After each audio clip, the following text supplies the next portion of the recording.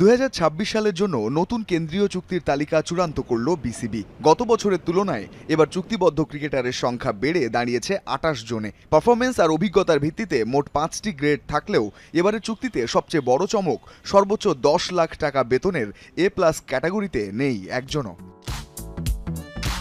Grade A বেতন 8 লাখ টাকা। সর্বোচ্চ এই বেতন কাঠামোতে জায়গা পেয়েছেন 4 জন। নাজমুল হোসেন শান্তর সঙ্গে আছেন লিটন কুমার দাস, তাসকিন আহমেদ এবং মেহেদী হাসান মিরাজ।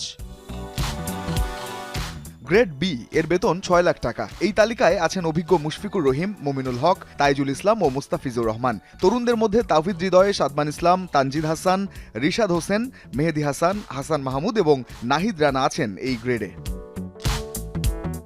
4 লাখ টাকা বেতনের গ্রেড সি তে আছেন 6 ক্রিকেটার। সৌম্য সরকার, শরীফুল ইসলাম, জাকের আলী, তানজিম সাকিব, নাসুম আহমেদ ও খালেদ আহমেদ আছেন এই সি ক্যাটাগরিতে।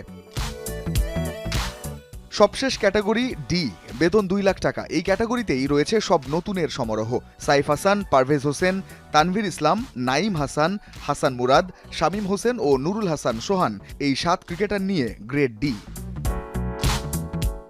এবারের চুক্তিতে বড় প্রাপ্তি তরুণদের জন্য। ঘরোয়া ও আন্তর্জাতিক ক্রিকেটে পারফর্ম করে প্রথমবারের মতো কেন্দ্রীয় চুক্তিতে নাম লিখিয়েছেন ওপেনার পারভেজ হোসেন ইমন, বাঁহাতি স্পিনার তানভীর ইসলাম ও হাসান মুরাদ। এছাড়া দীর্ঘ বিরতি কাটিয়ে চুক্তিতে ফিরেছেন নুরুল হাসান সোহান, শামীম পাটোয়ারি, সাইফ হাসান ও নাইম হাসান।